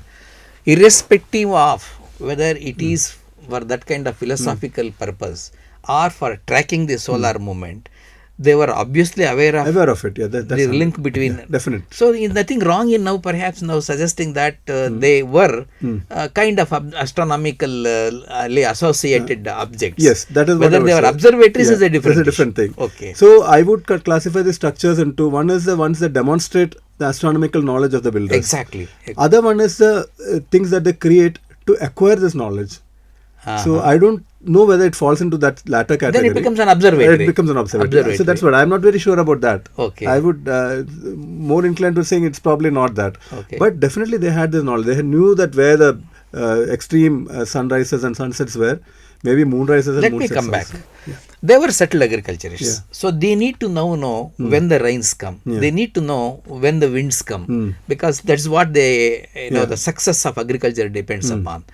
And they might have also observed that the arrival of rains and the solar position perhaps is now somehow associated. Yeah. Sometimes we should not be very arrogant to think that they were all fools, only we are aware of. No, that's right? definitely not. Given that, when they found that there is an association between the arrival of rains and the position of the sun or the movement of the sun, no wonder they wanted to use the movement of sun as a alert for them to now till the land or prepare for the sowing, etc. So there is nothing surprising in my view that these are kind of setups or arrangements to track the sun and get the information to themselves that yes, let us be prepared now for. Am I wrong? No, my only one part I agree with you 100%, which is that they had this knowledge of it, and not only them, even their earlier. I'm sure in the Neolithic also they had an idea about it, and even before that probably because. Today we know so much about the sun and the moon. Every child in fifth standard will tell you about it. Yeah. But it's not direct experience. You do not see. I mean, how many of us see the movement of the sun across the horizon? Unless keep track of it. Yes. So since they were more rooted to the land and connected to the environment around them, I'm sure that they had the knowledge was lived experience. It was not something they read in a book or what somebody told them. Yeah. Okay. So that part they were definitely aware of it. Okay. But the reason whether they created these structures to track them is the only thing. For instance, Nilaskal-like structures you do not find across the distribution of the megalithic monument. But they also had same agriculture. They also knew the cycles and all that. Let me stop here. You don't find observatories today everywhere in the world. Yeah. They are also found in some places where the knowledge exists, isn't it? So like that time also there were centers of this expertise developed. No, but the world was not so connected on that scale for you to today. That's okay. Like for instance, let us say there is an observatory in Kodaikanal. just because Kodaikanal Observatory is not found everywhere in India doesn't mean that the people all over the world did not know about isn't it? I agree about Yeah. it. But what I meant is that these things the knowledge was there among everybody. Yes. But I don't know whether this was used to track. I mean, there could have been many other ways of tracking the movement. Even the natural landscape around, the skyline, if it has got. But what if they wanted to now actually also get the data, the precision data? And But why would which they is my do next it- question anyway. Why Yeah. would they do it on a grave site and why not elsewhere? I mean, in this situation, there are graves also. Yeah, because Baise is definitely a grave site, which is why And Niliskal? Niliskal has not been excavated. Anam Sagar? Hanam Sagar, certain graves are there towards one and towards the. That is linking too much into graves and this. Like, I mean, there could be a link with the philosophy of sending the people to another world, as you showed over the Benkel painting. Yeah. But in addition to that, astronomical observatory, I mean, not observatory, astronomical Yeah, setup. it demonstrates their astronomical knowledge. But Okay. whether Now, this was let us used- come to little more details about that. So, can you now explain how did you find that there is a kind of astronomical arrangement of the stones or arrangement of the stones depicting the astronomical knowledge? How did you know? Okay, now the thing is, when I first went to Niliskal, till then I think it was reported by Narasimhaya, I think in the 60s, Okay. and later Professor Sundara worked on it. Okay. So the understanding was that nobody had worked on that site in detail. So there were about 20 odd large menhirs. So it was supposed to be a menhir site, and most people felt that it was haphazardly erected. There was no connection with that. Okay. But because In others, they all believe it's randomly placed. Okay. So the day when I spent some time there with a colleague of mine called Kailash Rao, and both of us felt that there is some pattern to it. Okay. So because we spent some time there, we could see that there was. And when we started measuring because I was into orientations and looking for. That was my PhD about. Yes. So we measured the orientation. We found that this most of the things are aligned exactly north-south. Okay. And they're very tightly clustered around the north-south, the orientations. Then we thought, okay, let us go on a solstice day. The winter solstice day, we took our equipment and we went to Niliskal and we watched the sunset, and we found that the pairs of menhirs frame the setting sun very spectacularly in that place. Beautiful. So then we did a proper total station survey, and then we did a theoretical calculation and found that many of these things are repeated. We found the same thing happening in Baise. In other words, the arrangement of those Nilascals or elongated stones is not randomly It is placed. not randomly at all. It is. They have a message Yeah. of tracking solstice. And there's one more thing is that many of the, like when you stand behind some of the, so we were talking about the very tall stone. So that is on the, towards the lower portion of the hill, or the slight slope I was telling you. And the shorter stones are on top. So they kind of want to make that frame. And beyond the highest point of the slope, you do not find any megaliths. So it is also almost as if the builders wanted the menhirs to be seen against the sky. Okay. In other words, that is a kind of a laboratory where they have set up this gradually decreasing size of the stones from base to the top. And I think that experience came from other sites like Mumbaru, Baise and all that, where they experimented, because Baise is a smaller site. There are about 29 menhirs only surviving currently, and they are mostly very few quarried slabs. Mostly they are natural stones of elongated cross section, so they are erected in this way. Okay. And I think as the experience grew, and you could call Niliskal the Hirebenical of those kind of sites, because the nearby sites are all smaller. Okay. And then this is not only there are much more quarried slabs than natural boulders, and they found this perfect place to put it up. Fantastic. So I think that excavations can prove it, if you can find that Baise is earlier and No, that's Niliskal is okay. later. But certainly in Niliskal, you have shown that there is a non-random pattern of the placement of these 100%, pillars, and those pillars seem to suggest that you can track the shortest and the longest day of the year, and obviously they will also be able to now track the equinox perhaps. Yes, There is also we tried to work whether it was a calendrical device. So the problem with Niliskal is that, like Professor Sundara noticed 20 odd stones there, because they are the spectacular ones. The other ones have been, when I spoke to the local people nearby, there's a lady who said when I got married and came here, people used to come and break the stone and take it to use as washing stones and all that. Okay. So most of them are in broken condition, and they are scattered over a large area. So each broken stone. So we do not know where the original stone was. So it's very difficult to make this calendrical prediction. But your non-random testing is done using the existing ones which are so big that they wouldn't have moved. Okay. Very good. So that itself, that is a subsample of the whole structure itself shows that it is non-random. Maybe adding more points would now prove it further. Okay. So let us for a moment, I mean, as I told you, you don't need to be very self-critical of your work. Let us accept that Nilus skull is one place where solar movement was being tracked. It's an astronomical, if not observatory, astronomical instrument, for example, to track the sun. Where else you find this in the world? Okay, you have many places where these are claimed. For instance, I mean, the most famous example is Stonehenge.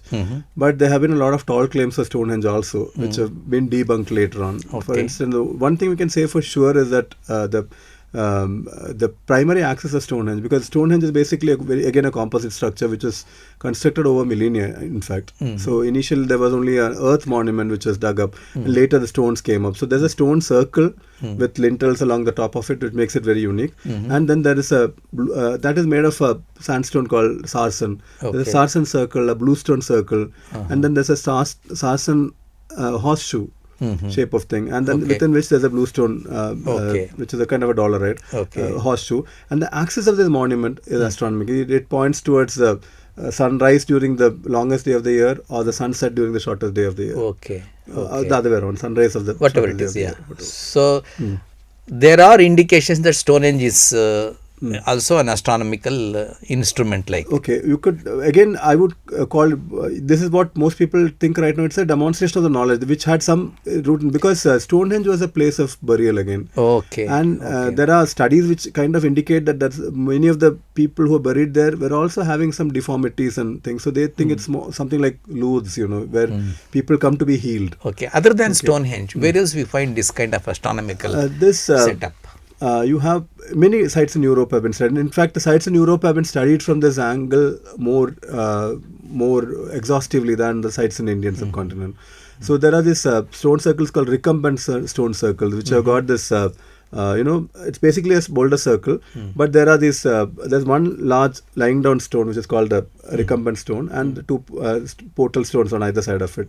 They have been found to have, connections with the extremes of lunar rising and setting. I would like to recollect two works that I read. One is about this similar, standing stones near Madhumal in Andhra Pradesh, near Raichur. When I went to Raichur, I visited there. I think one Rao has worked on this, and he also A.P. Rao. He also argues that these are perhaps astronomical instruments. And what is your opinion on that? That is perhaps possible? Madhumal is a site I have not studied, but it looks very promising. I could tell you. I read that paper. I don't think that the reasoning is not very sound. But this is something which definitely requires another point within that work by Rao I found is that there is a boulder there. On the boulder there are some small depressions or bowl-like cup marks. And he claims that some of them represent the constellations in the sky. He has claimed that for Ursa Major, I think, but that's something which I do not subscribe to, because I think that there are many more cupules, as they call it, or cup marks, than just. So when you have a large random clustering, you can select the ones that the other thing is that you do not know this constellations are random grouping of stars that we have all accepted as standard at some point of time.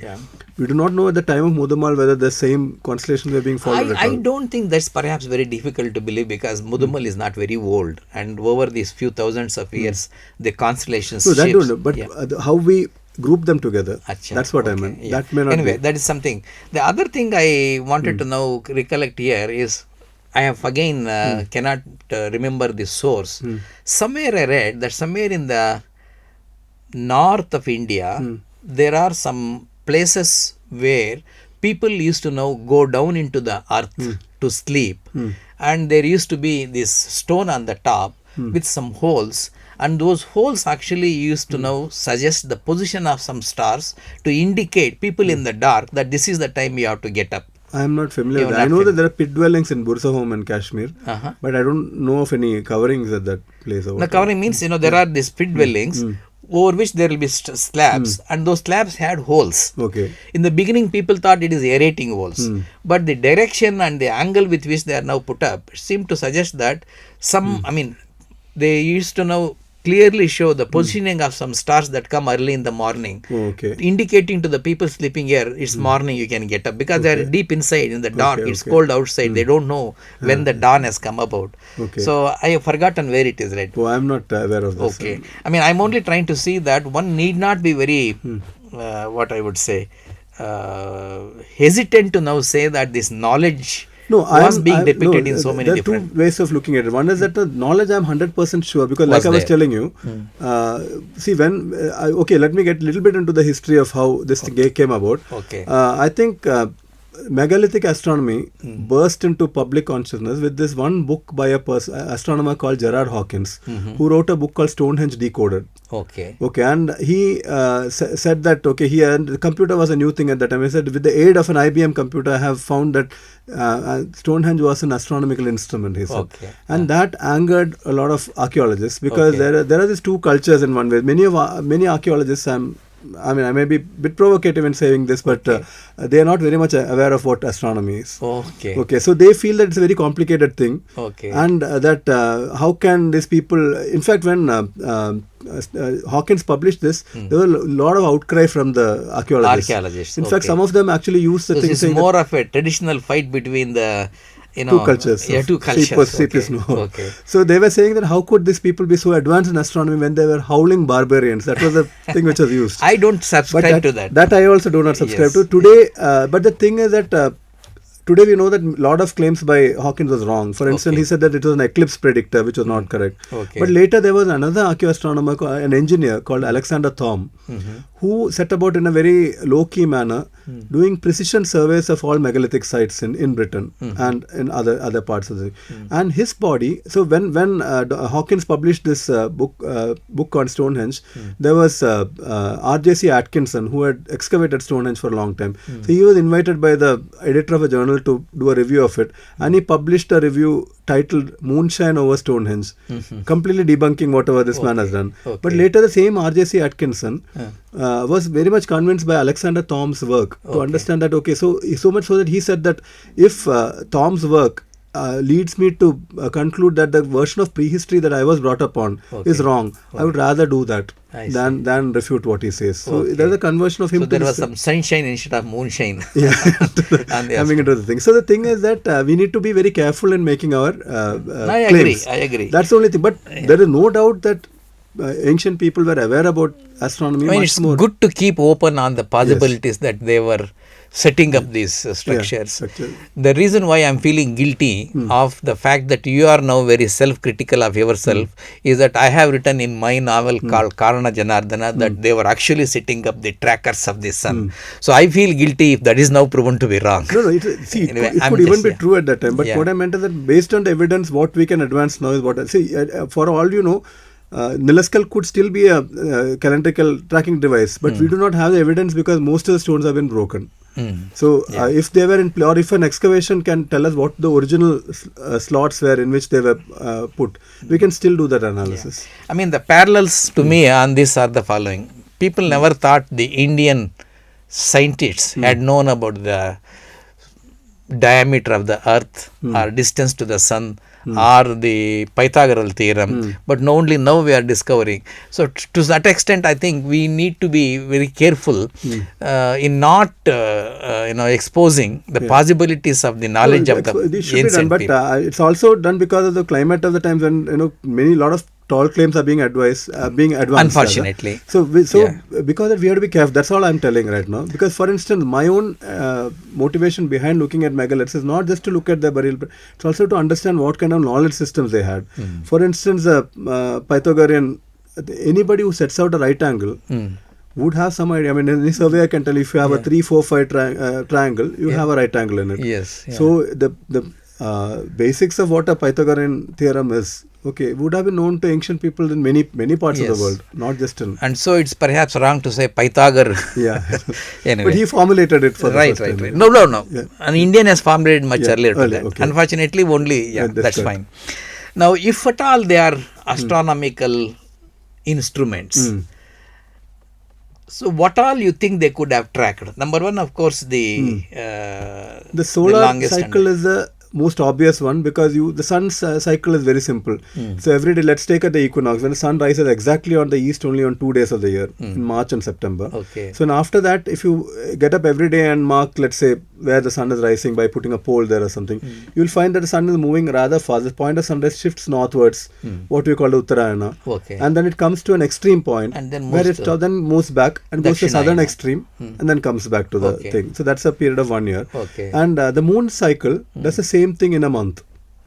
Okay, it moves between the extremes of moonrise back and forth. Okay. But there's a little bit more subtlety to the moon's movement, because the obliquity of the moon's orbit is again inclined at 5 degrees to the Earth's orbit or whatever. Okay. So you find that the extremes of this moonrise will also shift over a roughly 18.6 year cycle. Okay. So the extreme northern rising will be, next time will be a little bit more northerly, and next month it will be too much, so much so that over 19 years it will exhibit a oscillation of its own. Just a question. Yeah. Could there be any possibility that these so-called structures that you have identified also could now accommodate this? Yes, I have looked at it, and unfortunately I couldn't find any evidence which I can be sure about, because with the uncertainty. But at least are there indications? There is a possibility that the moon could have been tracked. Okay. But why should we be interested that they knew the 18.6 year cycle of the moon? That is because we are talking about prehistoric societies where life expectancy was not as long as what is right now there.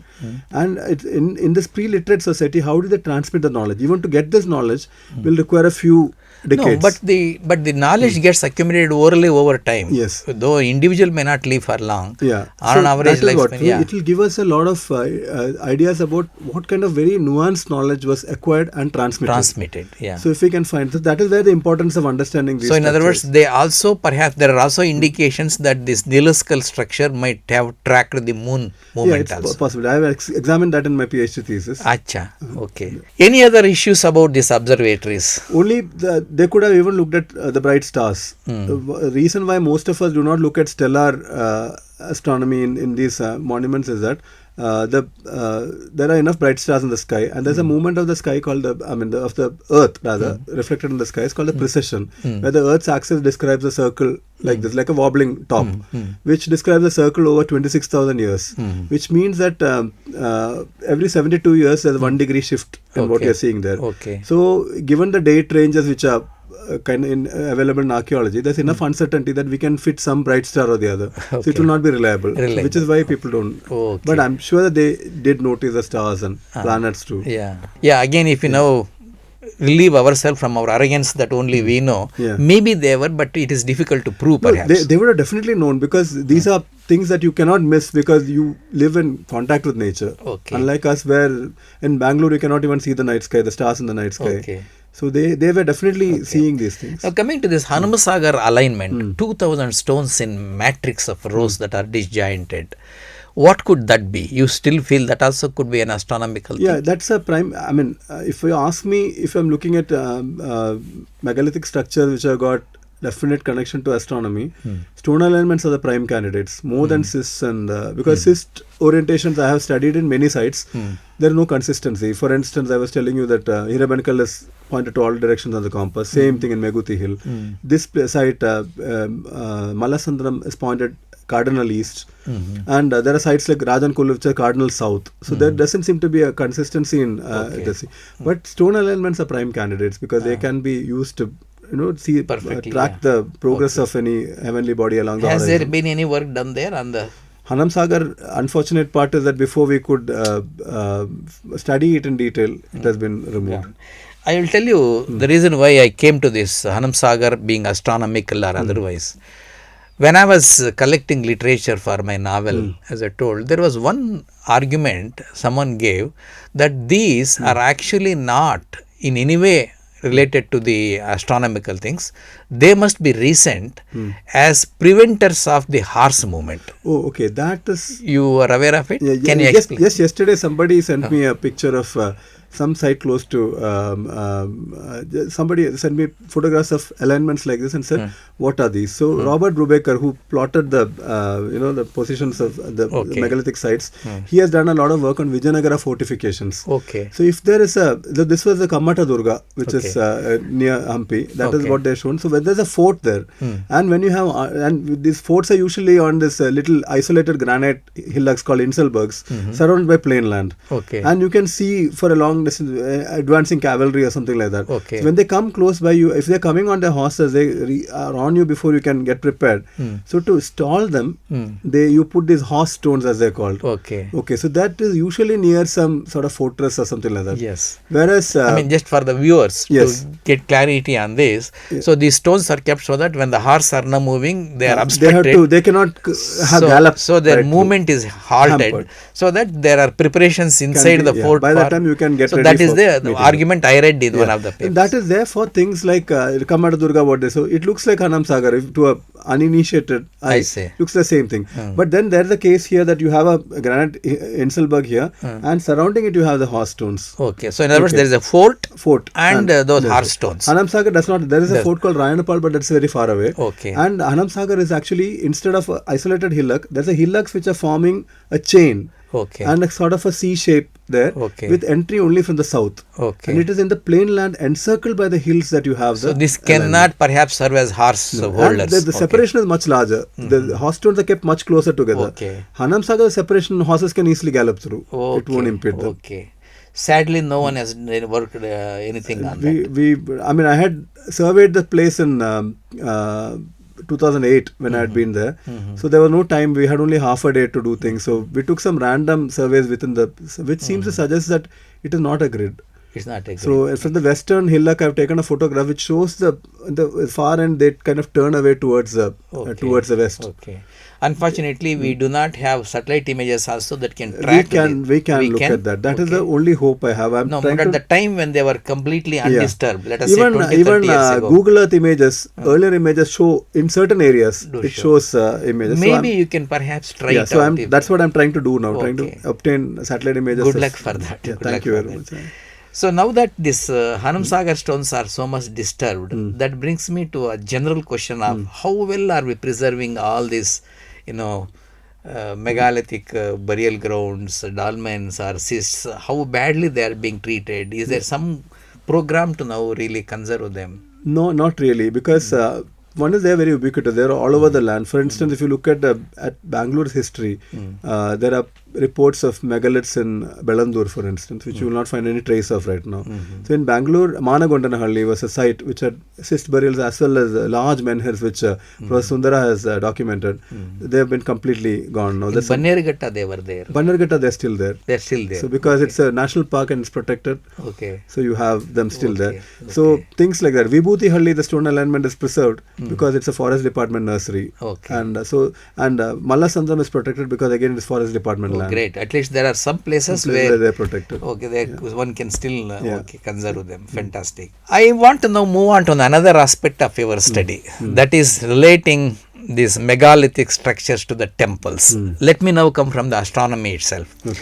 We know that in Bangalore, Gavi Gangadeshwara temple, or in near Tirupati, the Gudimallam temple, in all these places, there are these solar rays falling onto the statue, especially in Gudimallam. The solar rays fall on the head of the lingam that is there on a particular day, maybe equinox or whatever it is. So in other words, if at all these were astronomical instruments which track the solar radiation, solar movement, the same idea seem to have been borrowed to our temples also, right? So there seem to be a continuity of the observatory ability of the artisans. You also state along with that the present day stupas and temples perhaps are an evolved states of megalithic burials. How do you actually justify that? I will deal with the first part of your question first, because there I'll be a little guarded about making this claim. Is that, for instance, if you look at Kolhapur Mahalakshmi temple, there is a festival known as the Kiranotsava, because the temple is facing west. Kiranotsava. So it is not exactly west, but for the English viewers, Kiranotsava means the festival of race. Yes. Yeah. So it happens on 2 days in November and February of the year, when because the temple faces west, but not exact cardinal west, but slightly off to the south. I see. So when On that particular day, the sunlight for the Kolhapur Mahalakshmi temple is a composite temple. There have been structures from maybe the Kalyani Chalukya period onwards to later periods. We know that, for instance, even the Rashtrakuta period, there was some kind of structure there because of one of the kings sacrificing a little finger for the benefit of his. There's an inscription which talks about it. And then there are later period mandapas added along the axis. In Maratha period also there have been. So the thing here is that suppose when I'm creating a temple and I'm creating doorways within it, and most of the mandapas are along the axis. It is for entry of people and goods, roughly speaking. But the sunlight will also come through there. So if it is somewhere pointing towards sunrise or sunset, the east or west, some of the days the sunlight will come through. So unless there is an inscriptional evidence saying that, okay, this is what I intended to do, because this is very well in the medieval period. Then you cannot tell it is intentional. But when does the Kiranotsava happen? November and February. Does it correspond to the celestial event? No, it is nothing very specific about it. Simply on a particular day. Because we cannot be sure. I'm not saying that you cannot rule, but you cannot be sure that it is intentional. Whereas if you look at this Hoysala temple called... before you go ahead, can I stop here? How much degrees it is oriented? I don't remember exactly. And the reason I'm asking is, in Hampi, Virupaksha temple and the street is oriented to 13 degrees and they say that is to track the Bhima star. So Virupaksha temple, there I think it's more of topography which governs it, because bazaar in front comes because there's Matanga hill and other things. So it's the topography which governs in Hampi, according to me. Professor, I think Kim Malville has done some work on archaeoastronomy in Hampi. And all that. So, but coming back to this sunlight falling on a particular thing, I think by far the way you can say for sure is this temple called Mule Shankareshwara temple in Turuvekere. So it's a Shiva temple, and it's an east. It's it's aligned east-west. But unlike so there's a Shiva temple and a Vishnu temple, both of which are built in the same period, within few years of each other. Both of which are the same plan, except that in the Shiva temple, instead of entering from the east, you have put the entry from the south. And the eastern wall is blank. And in the blank eastern wall, they have kept a aperture, specifically which points on to the linga. So there we can be sure that the intention on the part of the thing is here. So I was talking to Professor Srinivas Padigar about it, and he mentioned something very interesting. He said that when there is a Dvikuta temple under Pashupata Shaivism, you always have the second Kuta, it is always Surya opposite Shiva. And when you have a Trikuta temple also, where there is Shiva, Vishnu and Surya, opposite Shiva is always Surya. That you can see Sudi, Jodu Kalasha. There are several temples where you can see this thing happen. So in this case, the architect was being very playful, that instead of having an image of Surya, he's having actual Surya coming in and falling on it. So there are these instances which come in here. So in other words, perhaps we cannot now deny the fact that the temples are built with the solar involvement in that. So in that sense, if at all the astronomical settings of the Megalithic period is true, that seem to have been continued into the temples also. And then you say the temples also by architecture are extension or evolution of the... Can you now justify that? For example, my understanding, I first came to this conclusion after studying the temples of the Malaprabha Valley. So in Badami, Aihole and Pattadakal. So when you look at it, you find that several places like Meguti Hill, there's a Jain temple from 634 CE there, which has Ravi Kirti's inscription very famously. And it is in there's a famous inscription in that. So you have that... this is the top of the hill, isn't it? Top of the hill, It's a north-facing temple. And it has got a fortified compound around it. But behind on the hillside, there are several tens of dolmens there. I have seen them, dolmens. So dolmens, low dolmens, irregular polygonal chambers. So they're all megaliths there. So then also Ramalingeshwara hill, there's another hill to the to the western part of the southwest of Aihole. Where there's a Ramalingeshwara group of temples and the Galaganatha group of temples. And in the Galaganatha group of temples itself, there's a dolmen. And the hillside behind... There's a dolmen. There's a dolmen which has been modified by the temple builders. Like the dolmen was a low dolmen which was kept propped up on. And we have evidence to show that the temple builders added these pillars to it and elevated it. Into a mandapa-like. Mandapa-like thing. And then to the south of it, you find plenty of... You find cairns, you find low passage graves, you find low dolmens. All are there. So it looks like they have sited the temples on the megalithic graveyard. Now why would anyone do that? Because they seem to... And also... So that gave me the idea that many of these temples maybe, or maybe all of them, are actually commemorative. Memorial. And in that region, you find the portholes are not round; they are rectangular. Like Pattadakal megalith, if you look at the rectangular, and or Ayhole, they are U-shaped with straight sides and the curved bottom. I see. So you find that some of these temples, they have a porch, the Mukhamantapa, but the Mukhamantapa has been modified by placing additional sandstone slabs to make it look like a porthole. I see. Okay, and even Carol Bolan has talked about the Rawalfadi cave temple. The site being selected so that there's a natural fold in the rock which looks like a capstone, and then there's this porthole below it. So there seems to be the temples are carrying forward the megalithic commemorative tradition that the Megaliths, elements of the megalithic tradition. Okay. So even a site like Pattadakal, we see all the grand Virupaksha temple, the Mallikarjuna temple and all those things. But there are also so many small temples and the remnants of that remaining there. And some of them look like dolmens. There are these things with again portholes with a capstone, things like that. And a Shivlinga inside and Nandi outside. Okay. So this seems to be very convincing what you say, but much more convincing to me was the argument you bring in that the stupas are also nothing but extension of the megaliths. Yeah. So you are right, because a temple normally in today's tradition, if there's a death in the family, one doesn't go to the temple for a certain period. So we are very hesitant to link the temple with death. Whereas, but interestingly, much before I said this, there's a paper by Professor Shobhana Gokhale and MS Mate, which talks about why there are so many temples, and Aiholean interpretation is what they say. They come to the same conclusion through other lines of reasoning. They compare it to the Chatris of central India and say that these are all commemorated. They say that this was a tirtha, so where if you erect a monument to the dead, their safe passage to the heaven is assured or whatever. So it was but stupas are much more easier to, because the stupa anyway contain the remains of the Buddha, or Buddhist teachers or something like that. So it's easier to link them. But again, it is the site at Mallasandram which gave me the breakthrough in this thing here. Of course, a lot of other people have also conjectured about, because the Cairns is a very crude stupa in one way, isn't it? So a lot of people have talked about it. And so there's a particular megalith in Mallasandram. At the heart of it, there's a dolmen, and there's a ring of tightly fitted low stone slabs around it, like a drum. And they have put rubble inside it in the intervening thing, so it looks like a stupa. So the moment I made a elevation drawing of that thing, it looked like a stupa.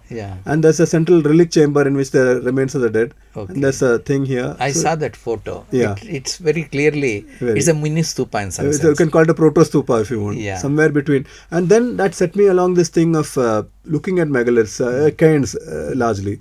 So if you have a very small cairn, it's just a heap of rubble. It will be stable because it's not very. But if you want to have a large cairn like you have in Vidarbha, 20 meters in diameter, so if you don't constrain it somehow, contain it, it will dissipate. So they have put a ring of boulders around it. So what I would say is that the form of the stupa derives from the structural mechanics of containment. So if you want to make a very large, so there are this, if you look at Biligarangan Hills, for instance, there are Kaveri Wildlife Sanctuary, the foothills of it. You have to make a taller cairn, they have driven slabs into the ground at an angle. So it's like a dish almost. And then they put the things within it, the cairn within it. And from there, it's only one step away to make the slabs erect, and you get the Mallasandram dolmen. An interesting observation you have made that perhaps links the astronomical events found during a megalithic period and the temple construction is a very small, simple, the cave that you talk about in Badami. It is called simply an empty cave with a small structure.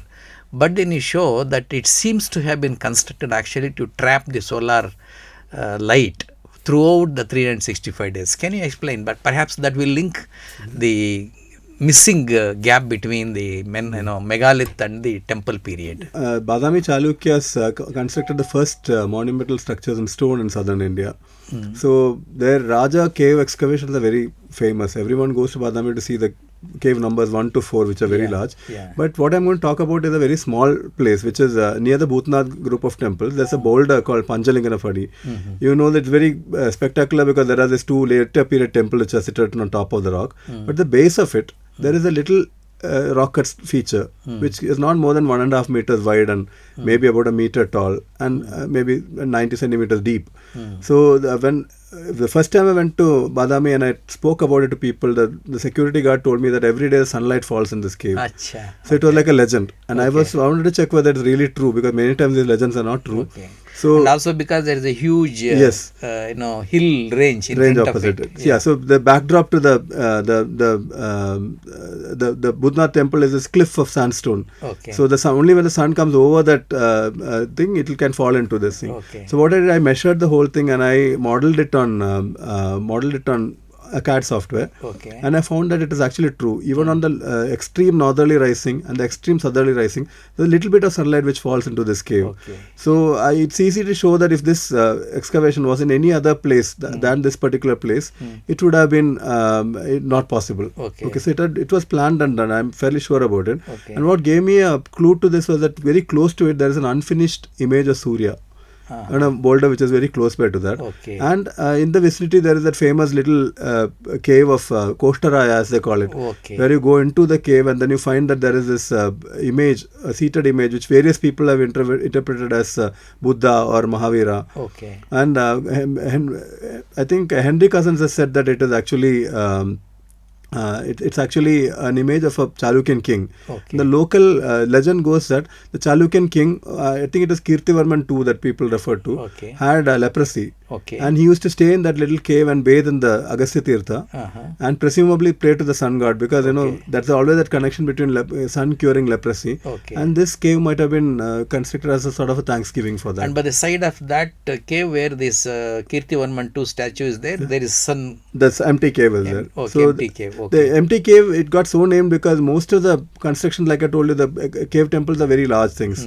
But there are small cave temples also, like a later period, maybe the cave temple near the museum, which we know is unfinished, because they started out with two Dwarapala, entry images of Durga and Ganesha, and inside it's completely unfinished, you can see it. Whereas this particular cave is totally finished, all the surfaces are planed, there are small pilasters and beams and brackets and all that carved into it. So nobody has written about this cave, and you won't find any mention of it in any guidebook to Maadhyama. Because it's very simple cave. It's a very simple cave, and there are so many spectacular things to write about. So when I spoke to Professor Shetter about it, he said that he had noticed it and he called it the empty cave, because there was no, so that's where the terminology came from. But the empty cave also has there's no idol in it, there's no idol niche also in it, but on the rear surface there is a whitewashed area, and on which a sun symbol, a circle has been carved. So which it all ties in to say that it might have been actually. In other words, there is a simple cave where the sun rays are captured every 365 days, and it looks very innocuous, but seems to have a lot of meaning. And that seemed to set well with the emergence of temples there in the whole of Maadhyama. I mean, that is the reason why I thought there may be this continuity of solar tracking in the megalithic age to the temples. So it's something, and this like seems to be a missing link for like a sun facing temple. This is if it is early Chalukyan in provenance, which we cannot prove for sure because there are no carvings and all that. But if it was, it is the earliest sun facing temple structure from the medieval period. And gradually that evolved into more sophisticated capturing sun rays like we've seen Turuvekere. So it's interesting that the Badami Chalukya tradition is the earliest in stone temple traditions in South India, and under the Karnataka Dravida tradition. And the Hoysala thing is the fag end of it. So either side of the thing you have evidence of sun facing structures. We do not know how many such surprises are now hidden in so many small temples and caves are in the whole of I can only hope that people who for instance, all the people who see this program, for instance, can look in their neighborhood and they might find things.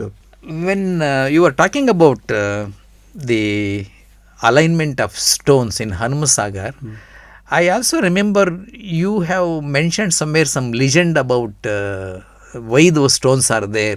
They are some kind of frozen people. Can you recollect that legend?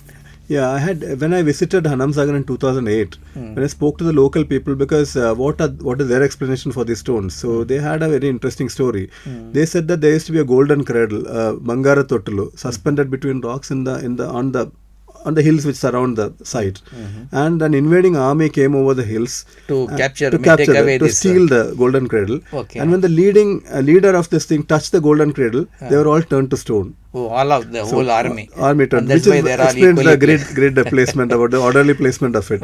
But recently, when I went to revisited Hanam Sagar just a few months ago, we went and tried to look at where this they claim the Bangara Totalu is. And very interestingly, there's a rock shelter. In the rock shelter, there's again a little whitewash portion, very similar to the empty cave I spoke about. And there's an ochre sun symbol which has been put in there, which gives us the thing that is the sun, the golden cradle that they're talking about, the setting sun. In which case, there's definitely a solar connection with this place. In other words, the alignment of the stones could be to now track the solar from this point that you're talking about, the cave. And that seems to be exactly similar to the empty cave story of Badam, which we will discuss, or which we discussed in the context of the Badami solar capturing in that thing. Yes, the thing here is that the stones, the Bangara Totalu, the positioning of it is such that is the place where the sun sets on the shortest day of the year.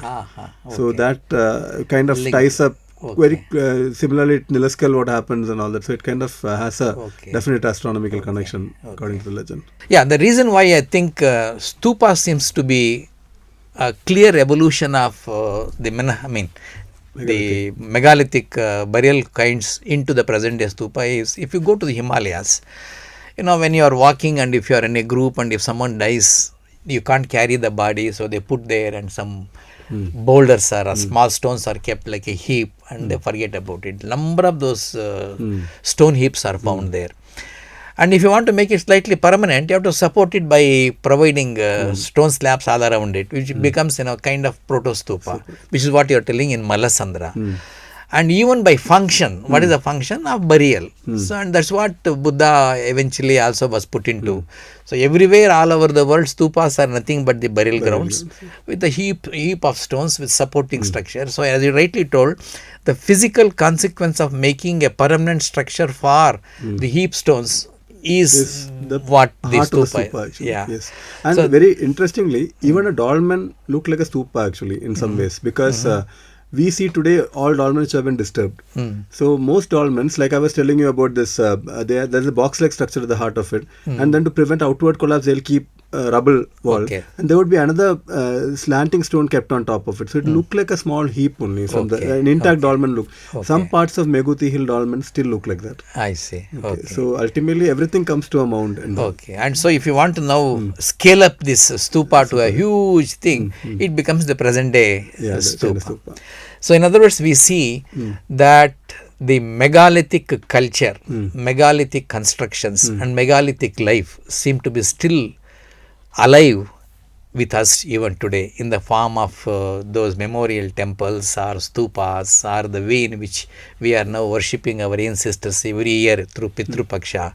So in other words, we are not talking about anyone who is distantly far away from us, perhaps just our previous or recent blood relatives. Am I correct? Yeah, you are absolutely right. We are all megalithic people at the little advanced. Advanced. We have modified, like you said, the stupas, they look more embellished. For instance, the drum that came about, it also became a place where you could place sculptural reliefs of the Buddha's life or something like that. So, but at heart, we are all megalithic people.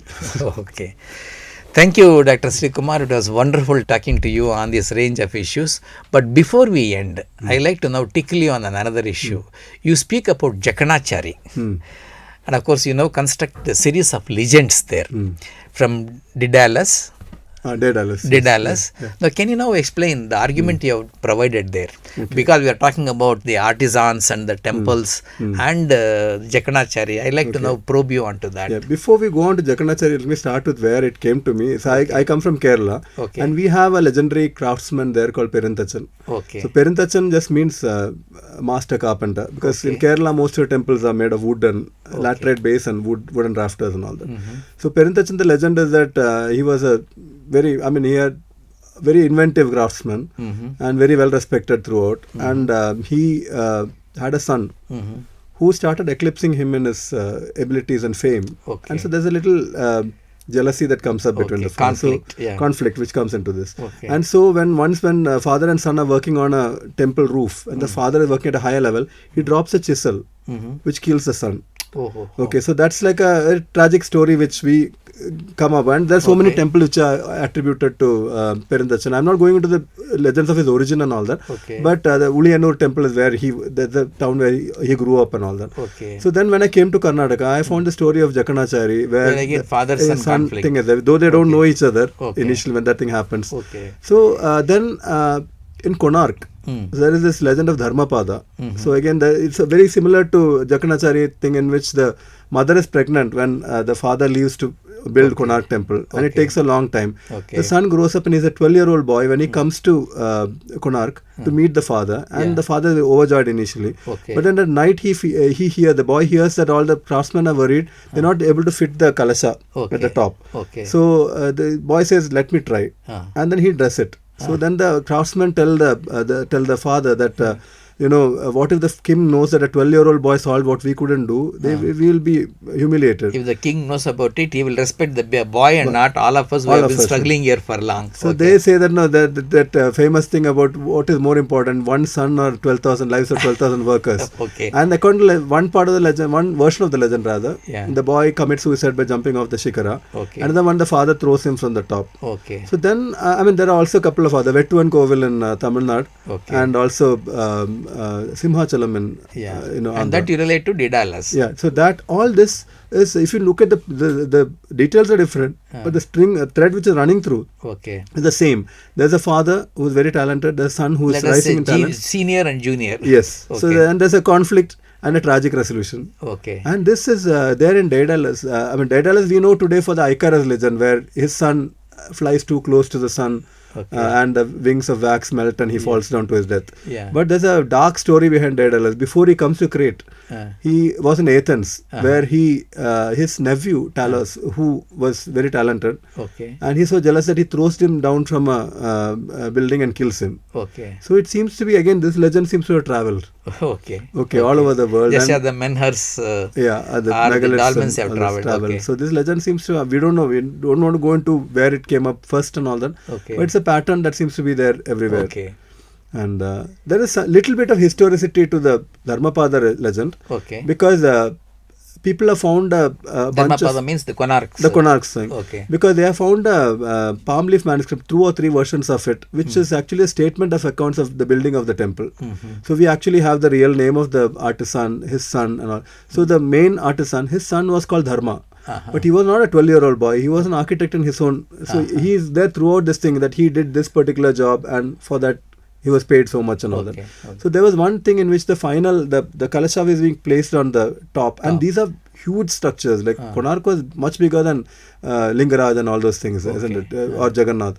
So when they tried to place it, they couldn't do it. So the king had come himself and there was a lot of drumming and fanfare, and the architect couldn't do it. So he went back to his village. So his son comes and asks him, like, what sort of a structure. I asked him some details about it.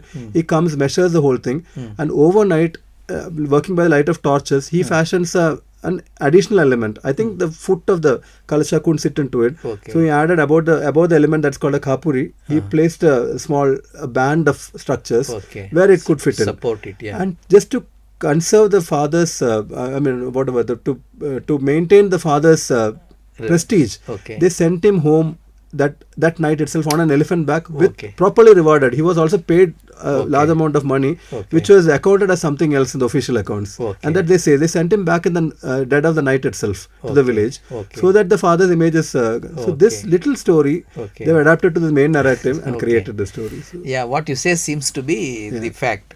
Now then you say Jakanachari and Dakkanachari perhaps are to be now viewed in that way. Because the reason why I got that thing was that in when you talk about the architect of the Virupaksha temple at Pattadakal, so there are these 2 architect names which have been given. Some people say they're the same people, but one talks about Gundan Anivarthachari, and the other one is I forget the name of that artist, but then they write that Tenkana Dishaya Sutradhari is this epithet which has been given to him. So people have interpreted, some people interpret that he's an artisan from the far south. So during when they invaded Pallava land, they brought architects from Tamil Nadu. Okay. That was one version. Okay. Whereas other version which Fleet had told architects from the southern country. Okay. What I think is that maybe the architect of the southern style are called Tenkana Dishayas. So he's a Sutradhari who specializes in Dravida. Okay. Whereas there were other artisans there, because you have Nagara temples also there. Okay. And then you also have this temple called the Papanatha temple, which is a fusion of Dravida. The Shikara is Nagara, whereas the Hara element around it has Kutas and Chalas in the Dravida manner. And there also they talk about a artisan who is the disciple of this Tenkana Dishaya Sutradhari. So he must have contributed to the southern elements. So I thought, okay, if there is a style, then it makes sense that Narasimhachar's suggestion that Jakanachari is a corruption of Tenkanachari. Okay, that which means that southern style of architecture. Yes, the reason why I liked that relation is, you also talk about, I think, Maadhyama in some place, and another artisan. Maddimare or something in Badami area. Maradi Deva. And at some point you also say that one same name repeats for 72 years. Yes. Okay. But their names appears as if they are the architects. Now what actually occurred to me is that maybe there were the schools or corporates of artisans who actually maintained the quarries. I identified a quarry good for a temple construction, and I own that, and it passed on from generation to generation. Like today we have, the corporates which pass on their wealth to. So these names of Maadhyama or what is the name you told? They all could be actually the family lineages or the school lineages, which are corporate artisans, which maintain their quarries, their culture of... it's quite possible, but in Maadhyama's case, he comes onto the scene with the temple at Amriteshwara in Amritapura near Tarikere. So that's where he was sculpting the ceilings of the temple. That's where the Maadhyama name first comes. It also comes in Belur Halebi. Belur Halebi Maadhyama. Somnathpura. So Somnathpura, by the time he comes to Somnathpura, I think he's probably not sculpting himself maybe. He's a big name there, because I think in a large number of cases they find... because that's why I'm telling, instead of thinking that he's a big name and so the name comes there, it could be the school that is carried out. What he founded, because he started as a small artisan. We have other examples of this. For example, very few places have this corpus of artisans' names. Another place is Khajuraho. So you have the first temple which comes up there in that current western group of temple, which is the Lakshmana temple. There you have, so the main temple is there, in the corners you have this small temple in the Panchayatana scheme. So one of the small temples, there's a Vyala image and an Agni image, which has been carved by an architect called Chicha. Okay, so his name occurs as a minor sculptor in the thing there. By the time the next temple, the Vishwanath temple comes, he is a Sutradhara. Okay, so there is upward mobility among these artisans. And similarly, Maadhyama was just a cover of one part of the temple. And he might have established a school, which, like you rightly said, becomes a architect's firm kind of thing. Budding person establishing his own school and corporate. And so he did not sculpt throughout the 72 years, because even if he started at 10, he would have been 82 by the time. So anyway, all these are interesting. All of them are in some way connected to the discussion we started off with. So thank you very much for this wonderful discussion. It was very nice talking to you from 3000 years BC or before present to Hoysala period and Badami Aihole period. Thank you so much. Thank you, sir. It's been a pleasure to talk about these things. It's very quite close to my heart. Thank you very much. Thank you.